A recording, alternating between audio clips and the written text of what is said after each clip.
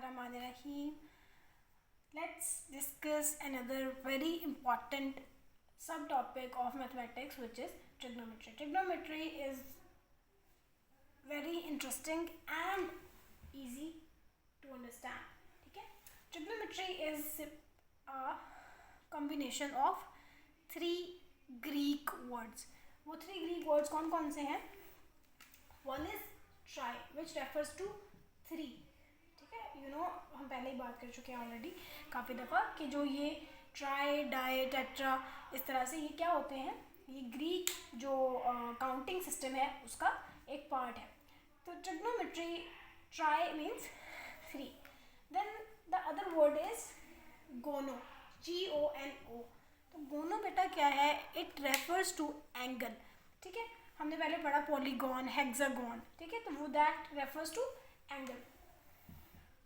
और फिर next word है मेट्री. बहुत आसान वर्ड है.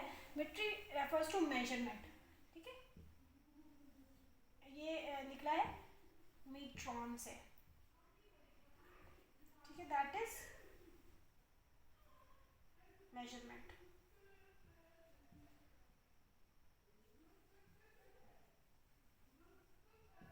ठीक है जी. अब बेटा अगर हम ट्रिग्नोमेट्री को डिफाइन करने की कोशिश करें तो क्या होगा कि ट्रिग्नोमेट्री क्या है? Measurements of the angle of triangle. या फिर बेसिकली सिंपली आप देखो तो क्या होगा, एंगल्स को जब भी आप मेजर करोगे तो that will be a part of trigonometry. ठीक है जी. अब ये पढ़ क्यों रहे हैं हम? Trigonometry is very practical subject. ठीक है, इसके बहुत ज़्यादा यूजेस हैं, नॉट ओनली इन मैथमेटिक्स, बल्कि ये फिज़िक्स में, एस्ट्रोनॉमी में, और इवन जब कंस्ट्रक्शन फील्ड है, कोई भी इंफ्रास्ट्रक्चर है, ब्रिजेस करने हैं उसमें भी. ठीक है, कुछ भी बिल्ड करना है, मशीनरीज़ में, हैवी इंडस्ट्रीज़ में बहुत ज़्यादा इस्तेमाल किया जाता है. ठीक है, तो बेटा इसको समझने के लिए आपको रिकॉल करना पड़ेगा. यू माइट नो ऑलरेडी, लेकिन ये कि आपको पहले रिकॉल करना पड़ेगा कि एक एंगल क्या होता है. बेटा ये एक पॉइंट है, two planar point, XY plane में एक पॉइंट है. ठीक है, अब बेटा अगर ये पॉइंट मूव करता है इन वन डायरेक्शन, तो ये जो उसकी डायरेक्शन को ट्रेस करने वाली लाइन है, that will be called as a ray. ठीक है जी. अब अगर सिर्फ रे की बात की जाए तो रे का ये इनिशियल पॉइंट है और ये एरो से जो डिनोट किया गया है दैट इज़ टर्मिनल पॉइंट. लेकिन हम बात करना चाहते हैं दो रेज़ की. अब ये एक रे जो है ये यहाँ जहाँ थी, मैं दोबारा बनाती हूँ एक दफ़ा ताकि समझने में आसानी हो. ये देखिए, जो ये रे थी यहाँ पे, ये मूव कर जाती है अगर इस तरह से, या फिर एक सर्कल में घूम रही है, आप यूँ समझिए. ठीक है, बिल्कुल आप इसको एक आम समझ सकते हैं क्लॉक का. ठीक है, सुई, घड़ी की सुई समझ लीजिए कि ये एक जैसे मूव करती है. ठीक है, अब अगर आपके पास दो रेज़ हैं या फिर एक ही रे मूव कर रही है, चलिए हम दो रेज़ ले लेते हैं. अगर मिसाल के तौर पे ये एक रे है और ये आपकी अनदर रे है. ठीक है, अब आपके पास दो रेज़ हैं और उनका एक जो हमने क्या बात की थी, इनिशियल पॉइंट. ठीक है, उनका इनिशियल पॉइंट तो सेम है लेकिन टर्मिनल पॉइंट्स डिफरेंट हैं. ठीक है, जो ये इनका कॉमन पॉइंट है जहाँ पे ये मीट कर रही हैं, this will be called vertex. ठीक है, ये मेरा ख्याल है 3-4 क्लास में पढ़ते हैं हम कि ये वर्टेक्स होता है और कौन सी टर्मिनल साइड होती है. ठीक है, अब बेटा देखिए ये एक एंगल बन रहा है. ठीक है, ये जो इसका एक टर्मिनल पॉइंट दोनों रेज का कॉमन पॉइंट है, दिस इज वर्टेक्स. अब वर्टेक्स के अलावा दो चीज़ें क्या हैं? ये रेज की, इस रे का ये आर्म है. ठीक है, और ये इस रे का आर्म है, यानी लेंथ को आप आर्म कह सकते हो. ठीक है जी. इसके अलावा बेटा अब देखिए, दो रेज को टर्मिनल और इनिशियल साइड कहना क्या वो होगा, कब सही होगा?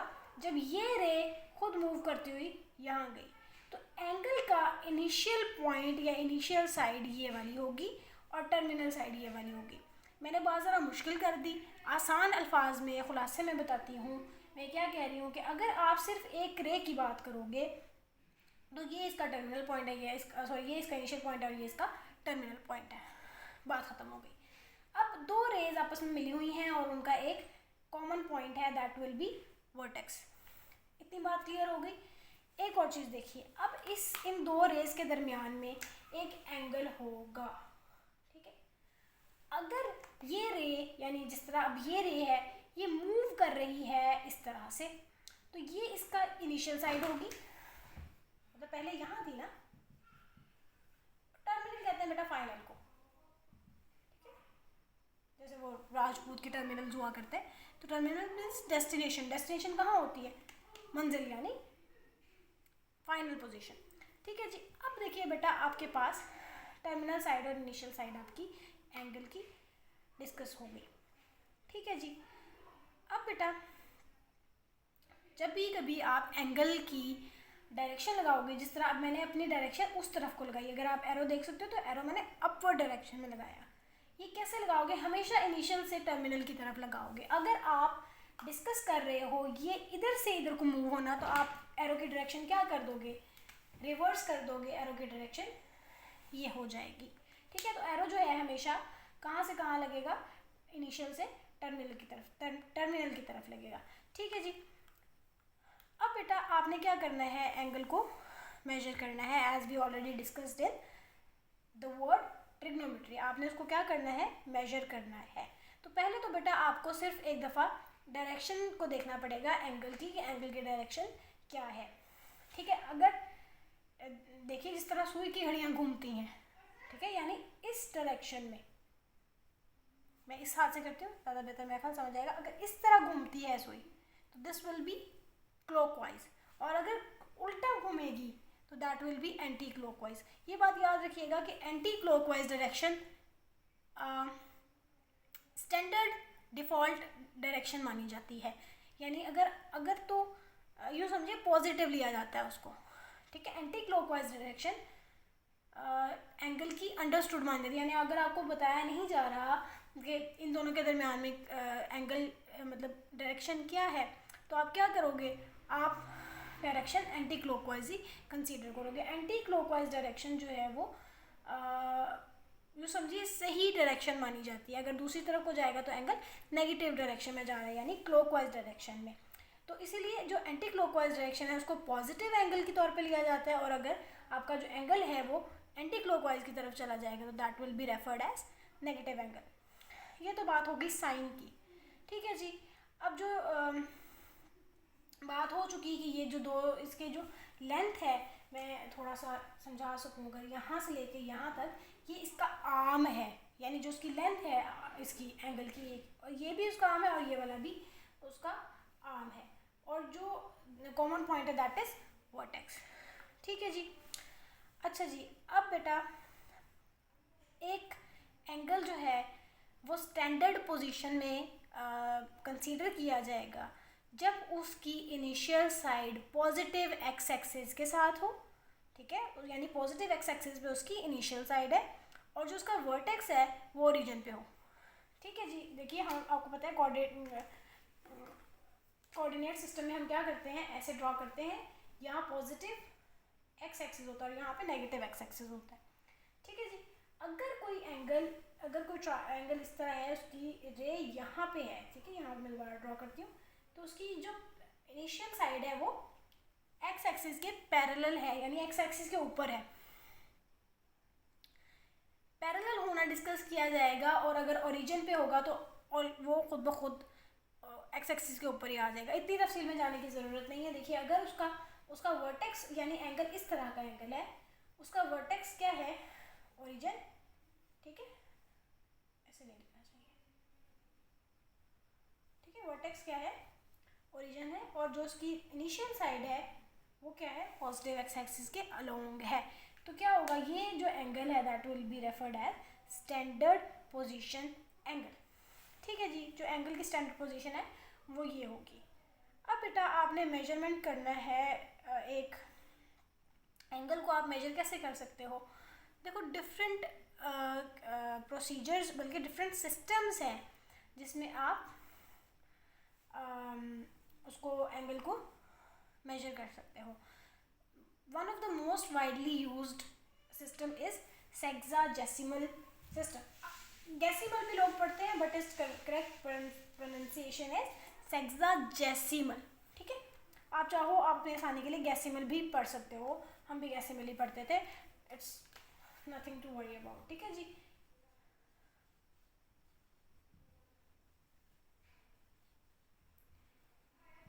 फर्दर एक और सिस्टम इसके बाद पढ़ेंगे तो मुश्किल नहीं है। ठीक है, अब बेटा इसमें क्या होता है, एंगल को डिग्रीज में, मिनट्स में और सेकंड्स में मेजर किया जाता है। अब रिकॉल करते हैं कि जी डिग्री क्या होती है, क्या कहते हैं, मिनट क्या होता है और सेकंड क्या होता है। यहाँ लिखना चाहिए बहरहाल मुझे, डिग्री, मिनट और सेकंड्स। ठीक है, आप किसी को भी अगर सेक्साजेसिमल सिस्टम में अगर आप किसी एंगल को मेजर करोगे तो इस सिस्टम के हिसाब से डिग्रीज में और सिस्टम मिनट्स और सेकंड्स में इसको डिस्कस करोगे। अब बेटा क्या होता है कि पहले डिग्री की बात करते हैं। यूँ समझिए, कंसीडर कीजिए एक रे थी, ठीक है, वो यहाँ से स्टार्ट हुई और यहाँ से ऐसे करते करते करते करते वो यहाँ आई, फिर यहाँ आई, यहाँ आई, यहाँ आई और आने के बाद उसने पूरा यहाँ पे स्टॉप कर दिया, तो ये एक सर्कल बन गया। ठीक है, एंगल का ही आप पूरा एक मतलब सर्कल पूरा चक्कर काट लिया। यानी यूँ समझिए कि एक अगर डायरेक्शन को इग्नोर किया जाए तो जिस तरह यूँ समझिए कि जिस तरह पूरे 12 घंटे में जो सुई है घंटों वाली वो पूरे एक चक्कर कंप्लीट कर लेती है, या फिर 1 घंटे में जो मिनट्स वाली सुई है वो एक चक्कर कंप्लीट कर लेती है, तो उसने एक चक्कर कंप्लीट कर लिया तो पूरा एक सर्कल बना देती है। ठीक है, that's why clocks are almost mostly in circular shape. Mostly क्या होते हैं, वो सर्कल की शेप के होते हैं। वो अगर उनका डायल स्क्वायर होता भी है तो दैट जो उनके आर्म्स हैं वो एक सर्कल ही बनाएंगे, दैट्स अ डेफिनेट थिंग। ठीक है, अब बेटा क्या होगा, अगर हम ये पूरे सर्कल को उन्होंने क्या किया 360 इक्वल पार्ट्स में डिवाइड कर दिया। लेट्स से कि इस तरह डिवाइड करते करते ये पूरा 360 पार्ट्स में डिवाइड हो गया। ठीक है, बहुत और तरीके भी मतलब हैं, डिफरेंट सिस्टम्स हैं, लेकिन सेक्साजेसिमल सिस्टम में क्या किया गया 360 इक्वल पार्ट्स में डिवाइड कर दिया गया। अब जो ये एक पार्ट है इसका, दिस इज 1 डिग्री, और 1 डिग्री को इस तरह से डिनोट किया जाता है, जितनी भी डिग्री है उसके ऊपर छोटा सा एक सर्कल डाल दिया जाता है। ठीक है, जो सर्कमफेरेंस ऑफ सर्कल था उसको 360 इक्वल आर्क्स में डिवाइड किया गया। आर्क कहते हैं पार्ट ऑफ अ सर्कल को। ठीक है, अगर ये मैं यहाँ से निकाल लूँ इतना सा हिस्सा तो ये आर्क है। ठीक है, तो परेशान नहीं होना आर्क के लिए, लेकिन आप बस ये समझो कि सर्कल को 360 इक्वल पोर्शंस में डिवाइड किया गया इक्वल पार्ट्स में, तो क्या मिल गया आपको, आपकी 1 डिग्री मिल गई। अब व्हाट इज़ मिनट, अब 1 डिग्री जो थी उसको इक्वल 60 पार्ट्स में डिवाइड किया गया। ठीक है, अगर इस 1 डिग्री की हम बात करें इसको क्या किया गया, इसको 60 इक्वल पार्ट्स में डिवाइड किया गया। तो वो जो एक पार्ट था दैट वाज 1 मिनट, और 1 मिनट को भी फर्दर 60 इक्वल पार्ट्स में डिवाइड किया गया, तो वो क्या बना 1 सेकेंड। 1 मिनट को बेटर डिफाइन इस तरह किया जाता है, इसके ऊपर एक छोटी सी डैश डाल दी जाती है, तो दिस इज़ 1 मिनट। और 1 सेकेंड को किस तरह से लिखा जाता है, डिनोट किया जाता है इस तरह से, और 2 डैशेज डाल दी जाती हैं। ठीक है जी, तो ये है सेक्साजेसिमल सिस्टम का ब्रीफ ओवरव्यू कि आप लिखते किस तरह हो चीज़ों को। ठीक है जी, अब जो 1 कंप्लीट सर्कल है this is equal to 360 degrees, और 1 डिग्री जो है वो आपके पास 60 मिनट्स के बराबर है। यहाँ लिख लेते हैं हम कि 1 डिग्री जो है आपके पास, डिग्री का साइन ये रहा, वो क्या है 60, और मिनट्स का साइन ये है। ठीक है जी, और 60 जो 1 मिनट है आपके पास वो 60 सेकेंड्स के बराबर है। ठीक है जी, अगर आपने किसी चीज़ को चेंज करना हो यानी डिग्रीज़ को मिनट्स में या मिनट्स को डिग्रीज़ में, तो आप इनको आपस में इंटरचेंज भी कर सकते हो। ठीक है जी, और अगर आपको कोई पॉइंट्स में एंगल दिया गया हो यानी 30.6 डिग्री, तो आप उसको भी हेक्साडेसिमल सिस्टम को यूज़ करके उसको भी मिनट्स में और सेकंड्स में चेंज कर सकते हो।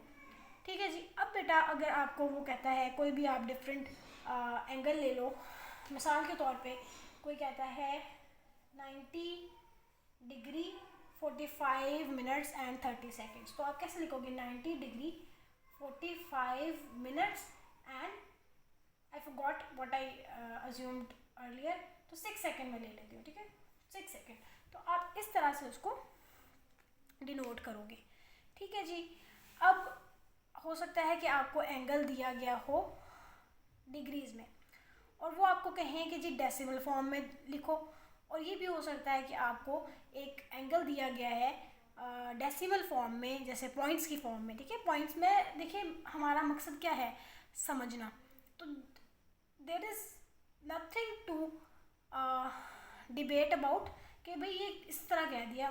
मेरी एक फ्रेंड है, वो एक दफ़ा के कहीं इंटरव्यू के लिए गई, तो उन्होंने डेसिमल को पॉइंट कहा, तो जो इंटरव्यूअर था ही सेड कि आप मतलब डेसिमल को पॉइंट बोल रही हैं। मेरे नज़दीक द थिंग इज़ कि सामने वाले को अपनी जो बलागत है उसका मतलब धौंस जमाना उस पर मकसद नहीं होता, मकसद होता है समझाना। तो अगर बच्चे को पॉइंट समझ आता है तो पॉइंट उसको समझाइए, डेसिमल उसको भी पता है कि डेसिमल कहा जाता है, लेकिन द थिंग इज़ के कन्वे करना बात एट इट्स ईजीएस्ट वे। तो that's why I am saying point. कभी मैं पॉइंट बोल रही हूँ, कभी डेसिमल बोल रही हूँ, जो चीज़ आपको समझ आ सके। ठीक है जी। अब बेटा आगे चलते हैं। तो आपको डेसिमल फॉर्म में यानी पॉइंट्स की फॉर्म में 30.60 कुछ और दिया हुआ है। ठीक है, तो आपको वो कह सकता है कि इसको डिग्रीज़ की फॉर्म में, मिनट्स की फॉर्म में, या सिंपली आपको कह सकता है हेक्साडेसिमल सिस्टम में कन्वर्ट कीजिए, या फिर आपको वो कह सकता है हेक्साडेसिमल सिस्टम में यानी डिग्रीज़ की फॉर्म में दे दे और डेसिमल सिस्टम में चेंज करें। आपको डेसिमल सिस्टम का याद ज़रूर होना चाहिए नाम, क्योंकि वो आपको डेसिमल सिस्टम ही लिख के देगा। ठीक है जी। अब हम इसकी एक आध एग्जाम्पल करते हैं, फिर इंशाल्लाह हम उसकी तरफ चलते हैं, एक्सरसाइज की तरफ। ठीक है जी। Example number 1 would be very easy, तो हम एग्जाम्पल नंबर 2 की तरफ चलते हैं, मेरा ख्याल है, बल्कि नहीं, दे आर डिफरेंट। ठीक है, तो एग्जाम्पल नंबर 1 में बेटा वो कहता है convert 30 degree 30 minutes and 10 seconds into degrees and right in decimal form. यानी आपने 30 डिग्री 30 मिनट और 10 सेकेंड्स को चेंज करना है इन डेसिमल फॉर्म। बहुत आसान है बेटा। ठीक है, आपको पहले ही ऑलरेडी तकरीबन समझ आ गई होगी कि करना क्या है। ठीक है, अच्छा जी, 30 डिग्री 30 मिनट्स और 10 सेकेंड्स, ये है हमारा क्वेश्चन जिसको हमने पॉइंट्स की फॉर्म में यानी डेसिमल फॉर्म में लिखना है। अच्छा बेटा, अब देखिए आपको पता है कि 30 डिग्री, 1 डिग्री जो है वो किसके बराबर है, 60 मिनट्स के बराबर है। और जो एक, चलो ऐसा कर लेते हैं। ठीक है जी। अब एक जो डिग्री है ना आपके पास वो है 60 मिनट्स के बराबर है। तो जो आपके पास मिनट्स हैं उसको आप डिग्री में कन्वर्ट करने की कोशिश करोगे। पहले आप क्या करोगे, इनको सबको डिग्री में कन्वर्ट करने की कोशिश करनी है। जब आपने हेक्साडेसिमल सिस्टम से डेसिमल की तरफ आना है तो आपने इनको कन्वर्ट करना है डिग्री में। आपको समझ आ जाएगी, बहुत आसान सा काम है। ठीक है, अब बेटा देखिए आपके पास कितने मिनट्स हैं, 30 मिनट्स हैं। ठीक है, सॉरी पहले ये बात कर लेनी चाहिए। तो यहाँ से अगर देखिए 1 मिनट आपके पास क्या आएगा, 1/60 डिग्री के बराबर होगा। ऑल्दो इट्स अंडरस्टूड, लेकिन बात कर लेना बेहतर है। ठीक है, 1 मिनट क्या है, 1/60 डिग्री के बराबर है। तो यहाँ से बेटा आपका जो यहाँ लिख लेते हैं। ठीक है, क्वेश्चन यहाँ हल करेंगे हम, ये रफ के लिए रख लेते हैं। 30 मिनट जो है वो आपके किसके बराबर होंगे, 30 इंटू 1/60। टोटल अगर मैं इसके ऊपर लगाना मुश्किल नहीं करना चाहती, लेकिन ये समझाने के लिए है। ठीक है, इतनी डिग्रीज के बराबर आपका आंसर आएगा। तो इसका मतलब है कि ये 1/2 डिग्री है। ठीक है जी, 1/2 2 डिग्री, यानी 0.5 डिग्री आप इसको कह सकते हैं। ठीक है जी, ये एक चीज़ हो गई। Let's highlight it so that ज़्यादा इजी हो जाए समझना। ठीक है जी, अब हमने क्या करना है, यहाँ देखिए कि 1 डिग्री 60 मिनट, 1 मिनट 60 मज़ीद सेकेंड्स, तो 1 डिग्री जो है वो 60 ज़रब 60, this will come out to be seconds, 3600 seconds. ठीक है जी, उसी तरह बेटा जिस तरह 1 घंटा होता है, 1 घंटे में 60 मिनट होते हैं और 1 मिनट में 60 सेकंड होते हैं, तो इसी तरह होता है ना, 1 घंटे में 3600 सेकंड ही होते हैं। तो वही सारा हिसाब है। हेक्साडेसिमल सिस्टम की खूबसूरती ही ये है कि ये बिल्कुल क्लॉक की तरह आपको समझ आ जाती है। ठीक है जी, तो 3600 इसका मतलब है कि अगर आप 1 मिनट का निकालना चाहोगे, नज़र आ रहा है, ठीक है, यहाँ लिख लेते हैं, 1 मिनट का अगर निकालना चाहो, सॉरी 1 सेकंड का निकालना चाहोगे, तो that will come out to be 1/3600 degrees.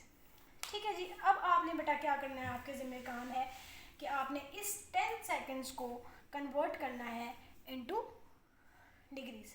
ठीक है जी, ये 10 सेकंड्स हैं आपके पास बेटा, तो आप क्या करोगे, 10 इंटू 1/3600, और ये जो पूरा आंसर होगा वो आपका डिग्री में होगा।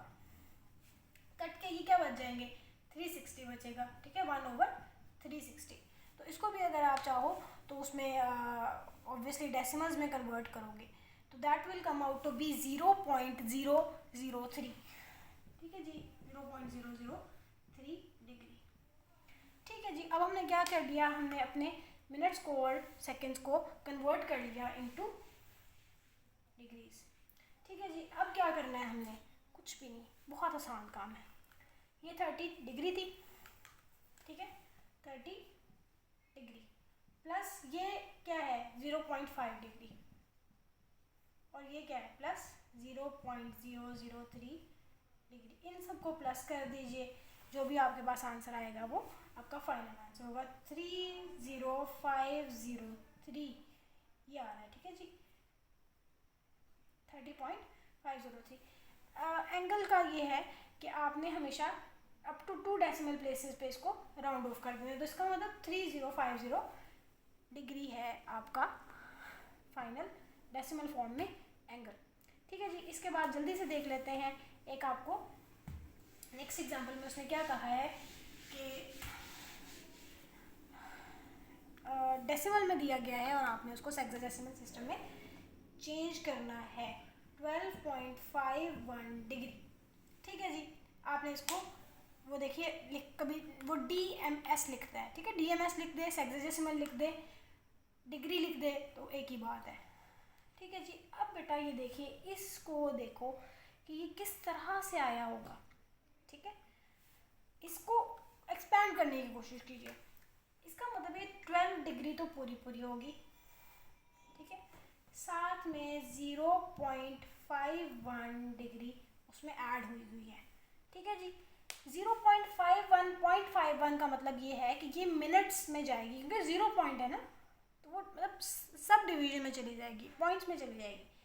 इसका मतलब है कि इस 0.51 है, इसको आप 60 से मल्टीप्लाई कर दोगे ताकि ये मिनट्स में चेंज हो जाए। देखिए छोटी बड़ी चीज़ को मल्टीप्लाई, देखो अगर बड़ी चीज़ है, डिग्री है, उसको मिनट्स में लेके जाओगे तो ज़्यादा मिनट्स बनेंगे। ठीक है, तो इसलिए मल्टीप्लाई करते हैं। तो क्या करोगे, वैसे भी अगर आप लिख के रीअरेंज करोगे तो आपको पता है कि 1 डिग्री 60 मिनट्स के बराबर है, तो जितनी भी डिग्रीज होंगी उसको आप 60 से मल्टीप्लाई करोगे तो वो मिनट्स में कन्वर्ट हो जाएगी। अब बेटा आपने क्या करना है, इसको पहले मिनट्स में कन्वर्ट करना है। What about seconds, will think about it later.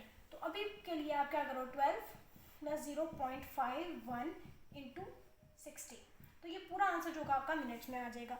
जो भी इसको मल्टीप्लाई करने के बाद आंसर आएगा दैट इज़ 30.6 मिनट्स।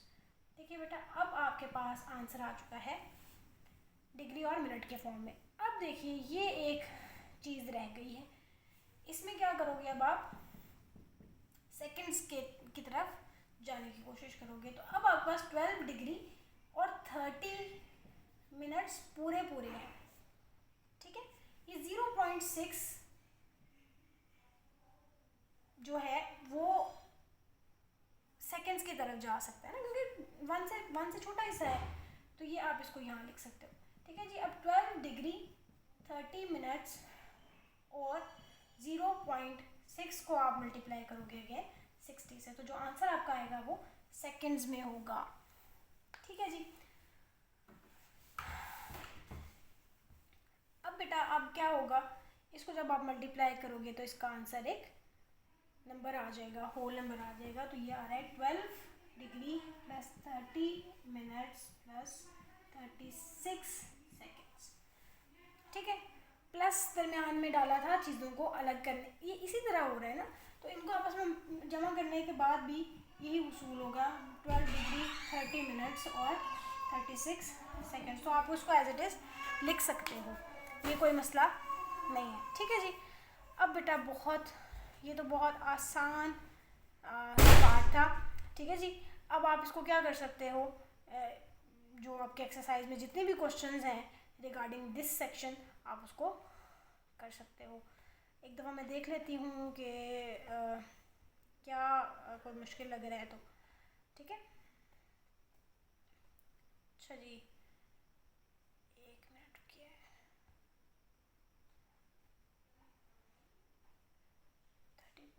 है ये,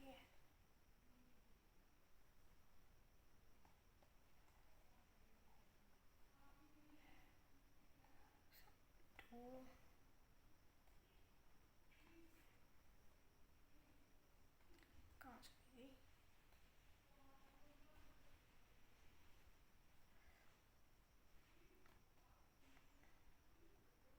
एक्सरसाइज ही नहीं मिल रही मुझे पहली।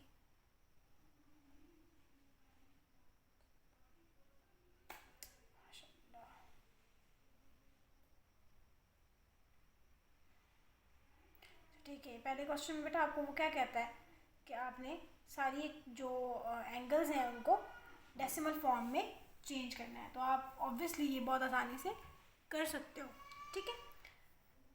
कुछ में उसने मिनट्स दिए हैं, सेकंड्स दिए हैं, कुछ में नहीं दिए, तो बहुत आसान है बेटा, ठीक है जी। उसके बाद आपने कन्वर्ट करना है एंगल को डिग्री, मिनट्स और सेकंड्स की फॉर्म में, ये भी आप कर लोगे।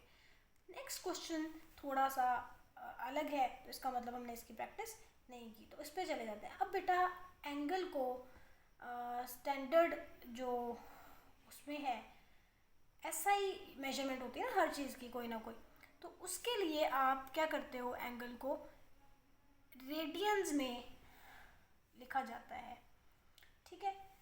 एंगल को रेडियंस में लिखा जा सकता है। तो रेडियन जो होता है वो क्या होता है, उसको थोड़ा सा डिफाइन करने के लिए आपको एक आर्क लेंथ को समझना होगा और रेडियस ऑफ अ सर्कल को समझना होगा। Radius of a circle is not a difficult thing, लेकिन हम उसको एक दफ़ा दोबारा देख लेते हैं, ठीक है बेटा। अब देखिए सर्कल जो होता है कैसे बनता है, एक पॉइंट होता है जो कि सेंटर होता है सर्कल का, ठीक है जी। एक और उस पॉइंट से किसी ख़ास फासले पे अगर एक पॉइंट रख दिया जाए, ठीक है, इसी पॉइंट से उसी फासले पे, यानी अगर जितना फासला है उसके इधर इतना ही फासला, यानी इसका फासला जो कांस्टेंट रहेगा, ठीक है जी। यानी सेंटर से बाउंड्री तक का फासला नहीं बदलेगा, ये फासला कांस्टेंट रहेगा। ये डेफिनेशन में शामिल है सर्कल की, ठीक है।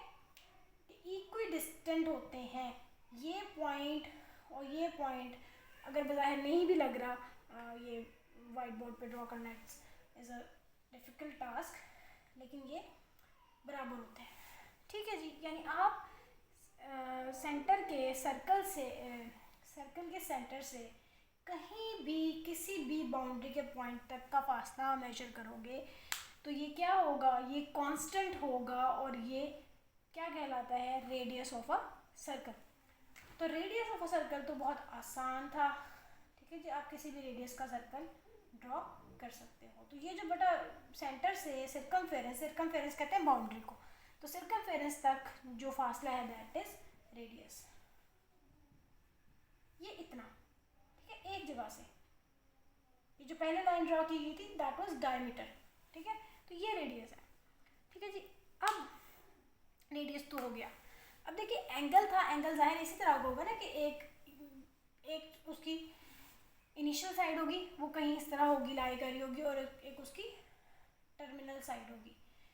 अब जो एंगल है सिर्फ इतना समझिए, ये जो एंगल है, बाकी सर्कल में ये समझिए रेज कर दिया गया, ठीक है। इसके अलावा अब देखिए बेटा ये एक पार्ट बन गया है सर्कल का, ये जो बाउंड्री का एक हिस्सा लिया जाता है उसको आर्क कहते हैं।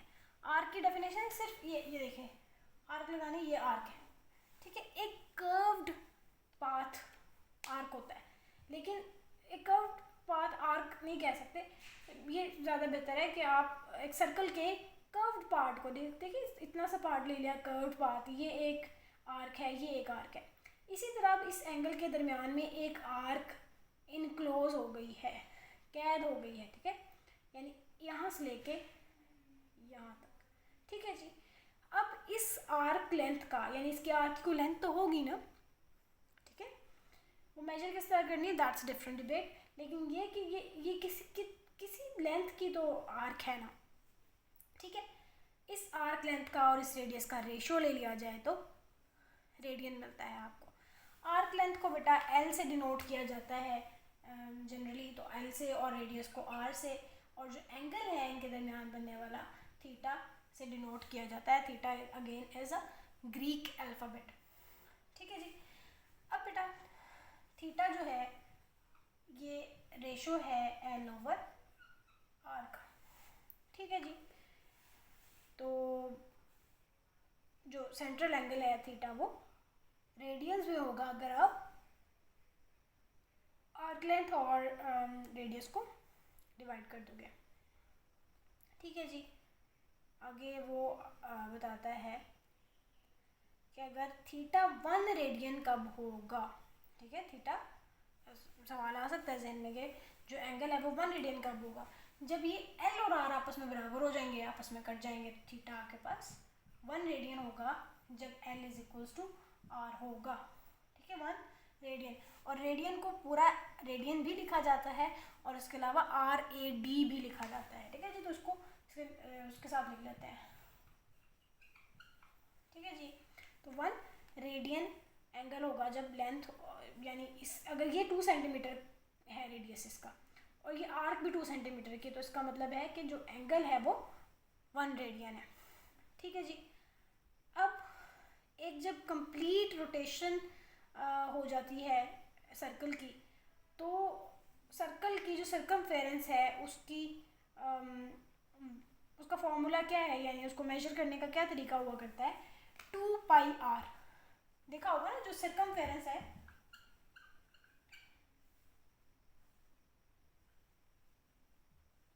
वो होती है 2πr, ठीक है जी। अब अगर 2πr का हम r के साथ रेशो ले लेंगे, क्योंकि हम पूरे सर्कल का क्या देखना चाहते हैं, एंगल फाइंड करना चाहते हैं। जब हम पहले से ही हमारी बहस किस बात पे चल रही है, थीटा निकालने पे। तो अगर मैं यहाँ से ये एल है, ठीक है जी, सर्कम यानी पूरा सर्कल जो था, एक सर्कल भी आर्क है ना इटसेल्फ, यानी अगर ये पूरा घूम के यहाँ वापस आ जाए तो पूरे सर्कल की जो बाउंड्री थी वो उसकी आर्क लेंथ बन गई, ठीक है जी। अब उसकी अगर मैं 2πr का r के साथ रेशो ले लूँ तो r से कैंसिल हो जाएगा, 2π आ जाएगा, 2π रेडियंस, ठीक है जी। इसका मतलब हुआ कि एक अगर कोई चीज़ पूरा सर्कल में चक्कर काटती है तो उसका जो बनने वाला एंगल है वो 2π रेडियंस होगा, ठीक है जी। वेरी इंपॉर्टेंट, जनरल नॉलेज के लिए भी आप ये याद रख सकते हो, आप क्वेश्चंस के लिए भी आपको याद रखना होगा कि जो आपका एंगल है एक पूरे सर्कल में वो 2π रेडियंस होता है। अब बेटा एक बंदे के जहन में बात आती है कि जी ठीक है, हमने 2 डिफरेंट सिस्टम्स पढ़ लिए, एक हमने पढ़ा सेक्साडेसिमल सिस्टम, उसमें हमने डिफरेंट चीज़ें पढ़ी, और हमने अब रेडियन सिस्टम पढ़ा जिसके अंदर हमने डिफरेंट चीज़ें पढ़ी। तो क्या इनका आपस में कोई रिलेशनशिप है, क्योंकि बातें तो सारी वही हो रही थी। तो जी ऐसा है, जो डिग्री है और रेडियन का आपस में क्या रिलेशनशिप है वो हम सिर्फ एक सर्कल की बाउंड्री को मद्देनज़र रखते हुए समझ सकते हैं। देखिए बेटा, सर्कल जब हमने डिग्री की बात की थी तो उसको 360 इक्वल पार्ट्स में डिवाइड किया था, और यहाँ पे जो बनने वाला एंगल है हमारे, वो मतलब 360 का एंगल डिग्री का बन रहा था ना। यहाँ पे जो हमारे पास बनने वाला एंगल है वो 2 पाई है।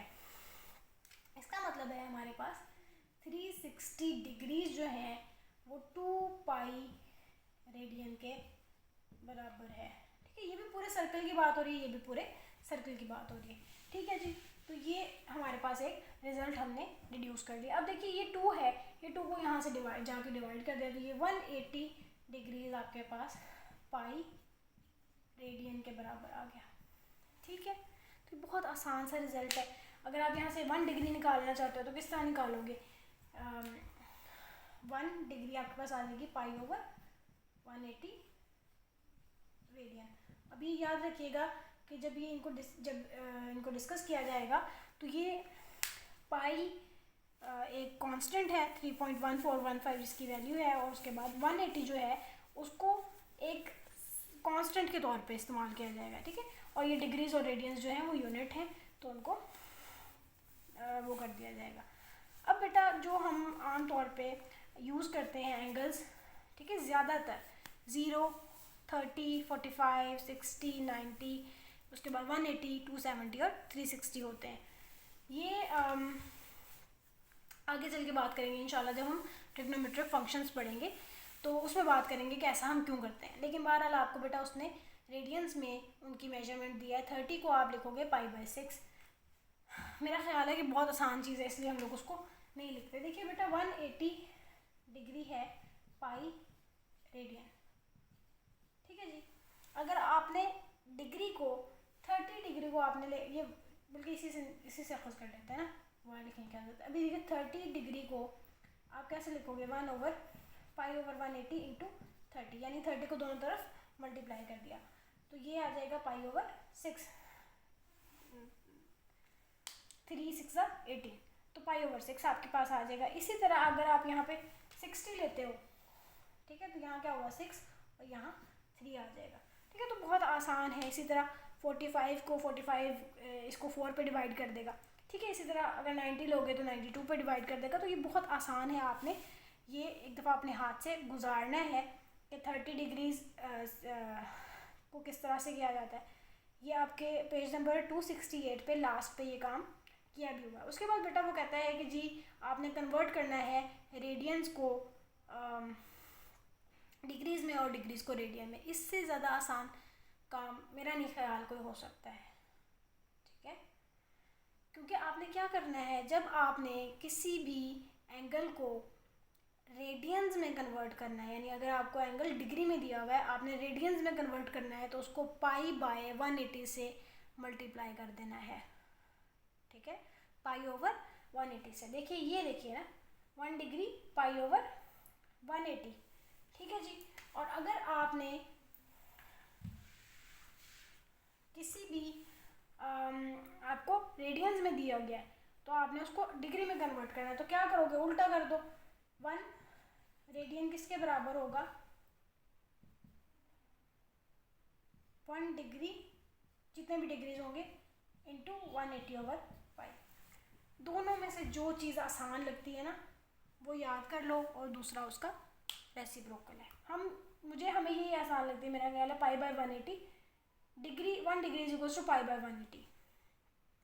ठीक है, तो ये एक आसान रिजल्ट है, ये याद रखते हो, ये याद रख लो।